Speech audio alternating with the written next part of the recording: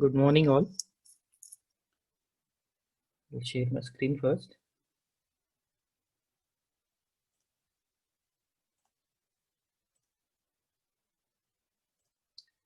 Yesterday, we have seen some of the points related to first the basic fundamentals of R. We have seen how to describe a variable, how to see a valid variable.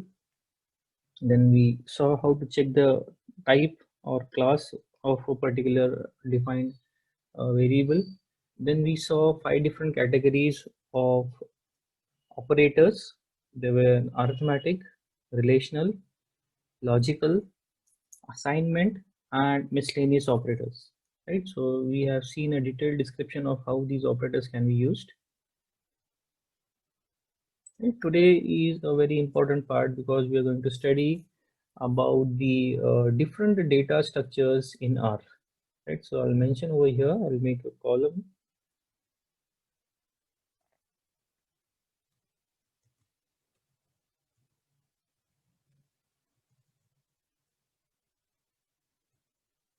So today we are going to see what are the different data structures in R.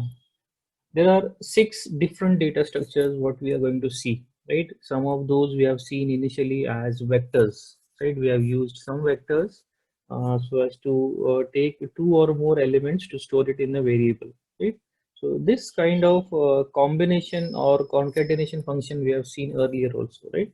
But apart from this, there are several different things which can help us to read and write and help our data so as we can apply some operations on it, right? So I'll list out one by one. The very first is vectors,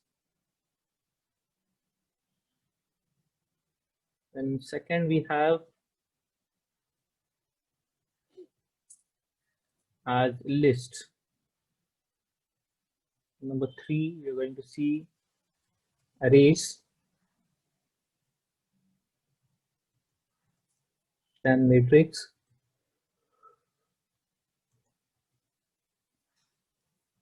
then we'll see the most important part,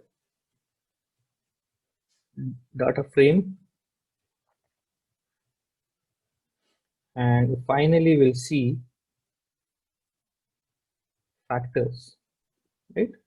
This was the last point in our module 2, right? But we'll see this before, and we'll keep the last part as image data representation. So we'll see how to represent an image, what are the different properties of image, and we'll see a small introduction of packages, right? How to install an external package, and if it is being installed, how to see what all different libraries are being present into your uh, built-in R packages, right? So we'll be seeing a small introduction for that also, and then we'll move on to image data representation, right?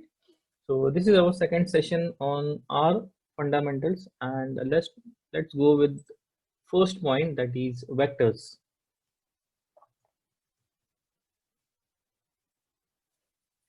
So vectors are nothing but a sequence of elements, right? It is a series of or sequence of elements which share the same data type, right? So whenever you write some code like this, uh, 1 as 200, right? So this means you're creating a series, right? So this can be a vector. So vector must be in a sequence or in a series of elements which will be sharing the same data type, right? So it may support uh, different data types such as logical, integer, a double, character, or complex, or any raw data type, right? So it supports these kind of integers. Suppose I'm taking an example as a equal to 4:10, right? So what I'm doing here is I'm giving a set of sequence starting from 4 and ending till 10.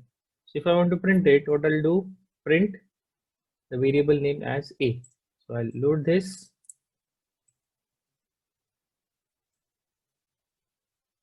get the output.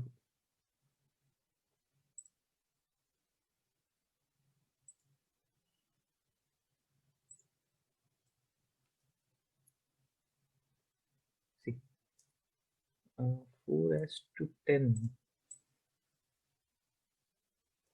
Right, 4, 5, 6, 7, 8, 9, and 10. So I'm creating a sequence of it, and then we'll be printing it.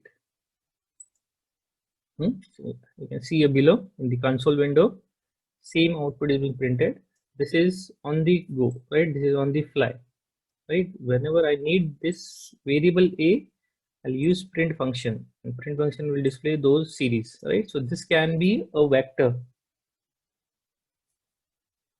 right? But we can also use in some inbuilt functions is such as a sequence, right? So if I want to use this and I want to separate this range by 0.5 rather than 1, right? So this is the difference between each element is of 1. If I want to make a difference of 0.5, I'll take some another sequence by using seq variable function, right? So variable takes something another as var1 equal to, I'll use function seq. Okay, then I'll specify the range starting from 1 to 4, right? And by equal to 0.5. So the difference or the separation starting from 1 to 4 will be 0.5 rather than default as 1, as we saw in our previous example, right? So I'll print this.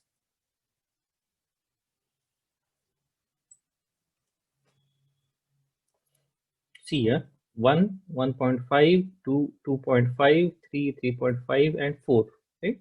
So I'll print this. See here, it's displaying here. So we are having this kind of bifurcation. So you can take any number for separation, right? Even if you do not define it here, it will be taking 1 as a default.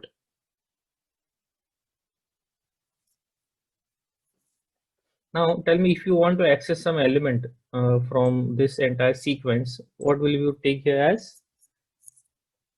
We'll take var1 and the index of that element, right? Suppose I want to access number 2. I'll write this as in square brackets and I'll print it. See, this is 1.5 over here. So this is my first index, this is my second index. If I'm calling index number 2, only that element from this entire sequence or range will be displayed. So it is 1.5. So even if I do not print this, right, internally it will be giving me these eight values, and then taking out the second index, and then it will be printing here. Okay, I will see some more examples. We'll take another variable as var2 equal to c. Right now we'll take a pair of name and age.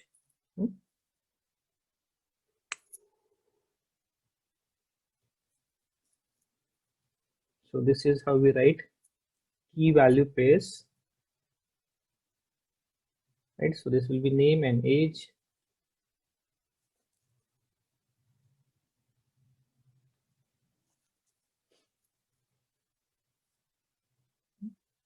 Print the variable var2 and try to access var2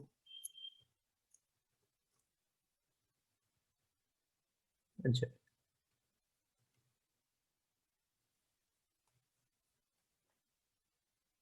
I'll load this first. Named as a number. We are having 3 values. Print it over here. You can see here it is in a very well structured format. What we have written below John, for right aligned, it is giving its age as 22, Ajay as 23, Pranav as 25, right? So we have taken these values as here key value pair, right?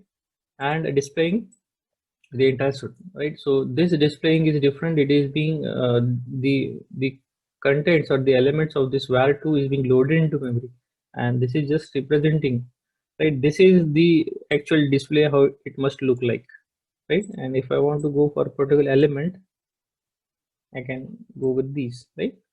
It's var2.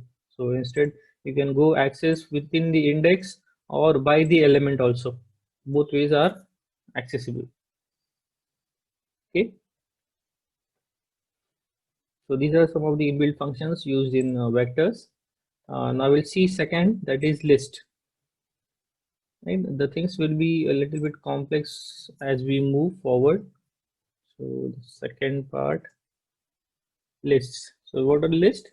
They are the objects of R package, which contain different elements of type such as numbers, vectors, strings, or might be an another list inside list, right? So that is also possible. Uh, so you can take multiple lists or nested lists, right? The main advantage of using list, even though we have vectors, is that we can use mixed data types here, right? So any kind of data type will be together here, and we can combine different vectors into a list also. Hmm? So we'll see that how to use it. Okay, so I'll take a variable as var1 and combine some elements. Next variable, so as to get combined with these var2, I'll take some character.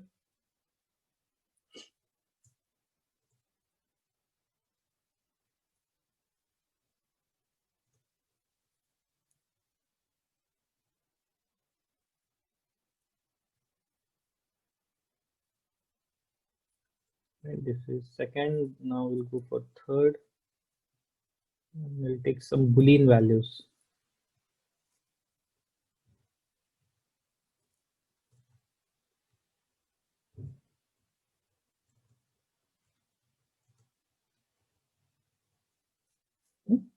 Now this I'll load it. So we are having var1, var2, and var3 different elements. See here, it is being loaded, right? Now we'll prepare a final list. Function will be using list, right? Rather than C, we'll be going now for list. So we need to combine var1, var2, and var3 into a list, right? So we are going for type conversion of data structures. So how do we write it? var1, comma var2, combining all those, comma var3, right? And print it.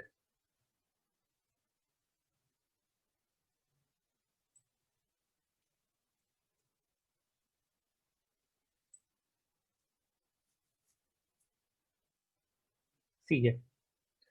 You can see in the beginning you would see her as only single line as one. Now you're having double square brackets over here. Just to observe here, you're having double square brackets. That means you're having a nested list. So this will be one of one.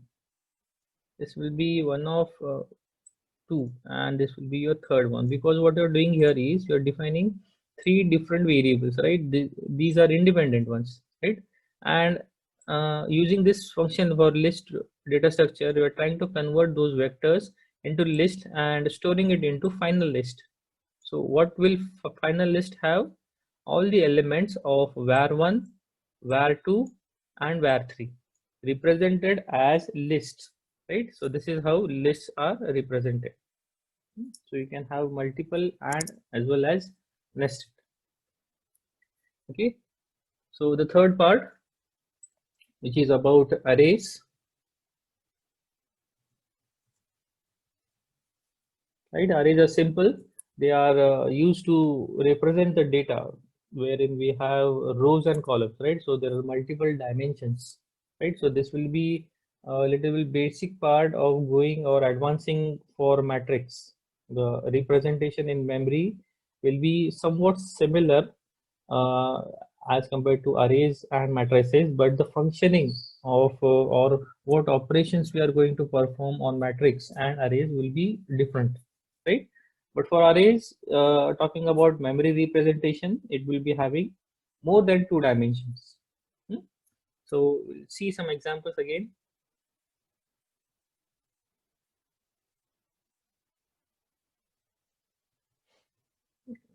another variable.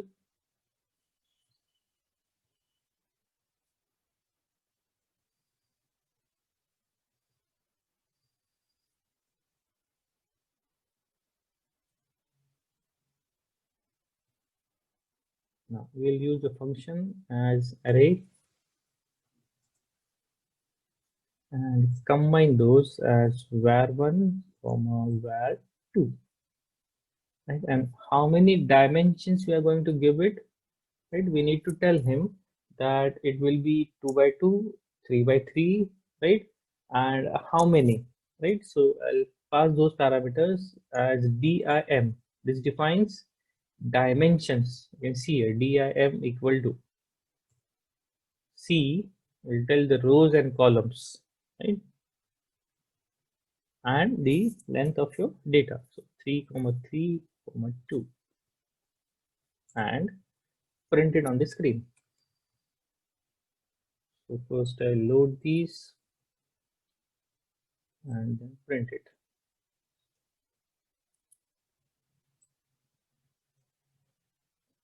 See here, this is your first one and this is your second one, how it is represented, right? So you can see by these commas, these are columns with comma and then one. This will represent a column and this one comma will represent as a row, right? You can in matrices we can give names to these matrices also, right? As in your column name or matrix name or row name, right? So that we can identify while trying to access a specific element, we can say that from matrix 1 access row 1 column 1 element. So the output answer will be as this one, right? So in this way you can create two or more dimensions, right? Now you can see here the elements what we are seeing in var1 var2 we have combined over here in this array, right, by combining using c function. So it is 1 3 5 10 11 and 12 13 14 15, right? Now suppose if I have given here as 3 comma 4, right? So 3 rows and 4 columns, but data would be insufficient here, right? Because there are no 3 more elements to be added from using of these two variables var1 and var2. In this case, what it does, it goes in a recurring position, right? From where it started, it starts repeating those elements, right? So if I want to insert fourth column over here, what will be the elements automatically taken will be 1 3 and 5, right? So no error would produce here. It would be giving you the same recurring elements again. Now we'll see how to name those columns. I'll change here.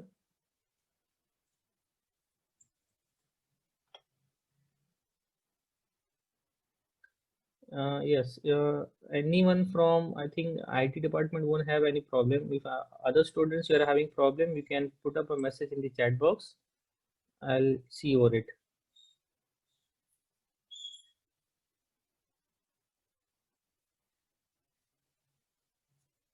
So for column names, we'll go for this variable as column names equal to, we'll write those column names what we want to give as col1. I'll give just a sequence of these names. Column 2, column 3, right? We have 3 columns and 3 rows. So row names be same as row 1, row 2,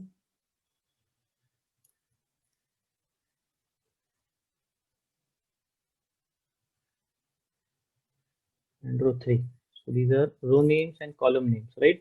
Now what I need to do, I need to define these two arrays, right? So this looks like somewhat matrix. So I need to define that instead of getting this one as my something different name. So I'll use as in terms of matrix.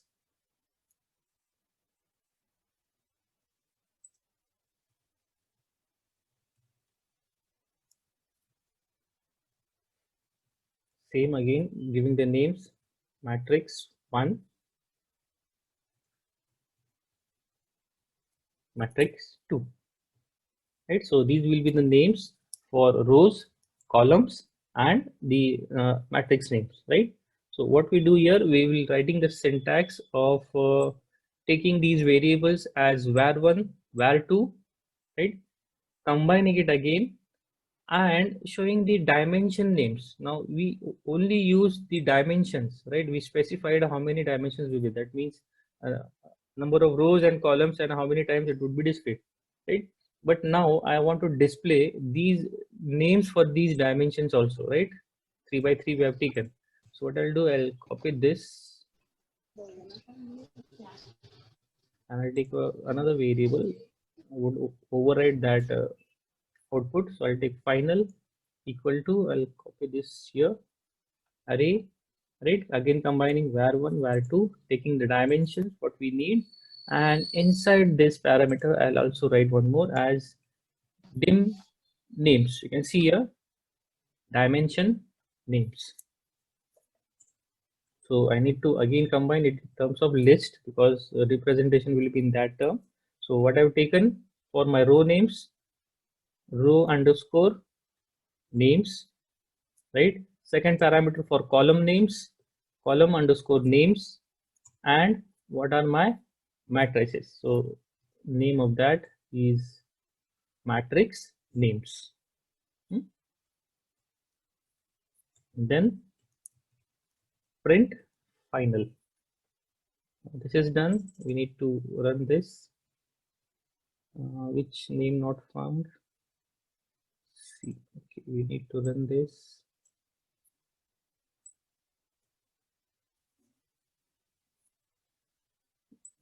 These are unaware right now. We'll load this into memory. Yes, column names, matrices names, and row names. Now we can run this line. No error, and the final output. See here, it's the same elements from 1, 3, 5 to this var2. We are just renaming it, right? Initially we had 1, 2 and rows and columns, right? Now we are having name for those rows and columns. It will be instead of 1, it will be matrix 1 and matrix 2 now.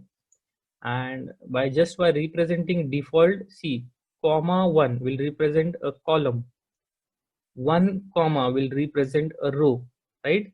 This is the default syntax to access your element, any element from a particular array, right? This will also be implemented for matrices. So you keep this in mind how this representation, this default representation is done, right?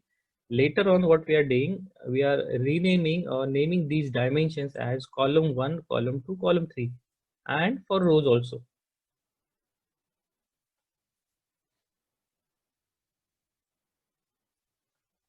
Okay.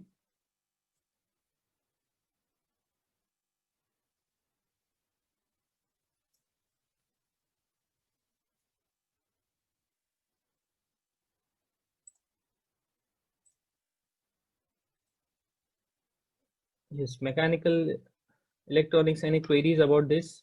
Are you having setup on your machines?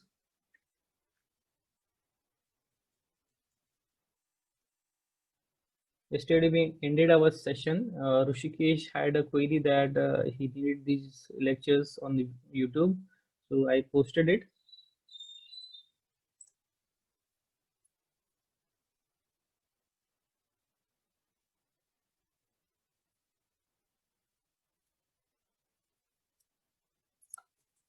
Anyone having your queries, you can post it in the chat box at an instance.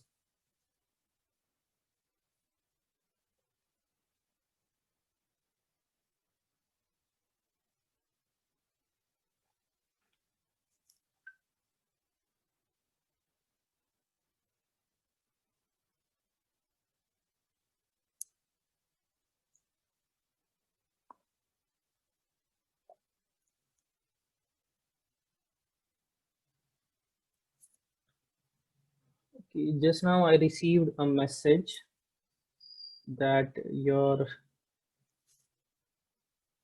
list for OE BTech is being uploaded on Moodle. So I think there are many students for DVI who are having query or which are being enrolled for another course. So if you have contacted Vishal regarding this in last week, I think with due consent of Dean Academics, he has updated a list. I think if it is uploaded on Moodle, soon he will email us. Okay, so last 5 minutes are remaining for this session. Okay, so I'll stop screen share and we'll take your attendance first. Right?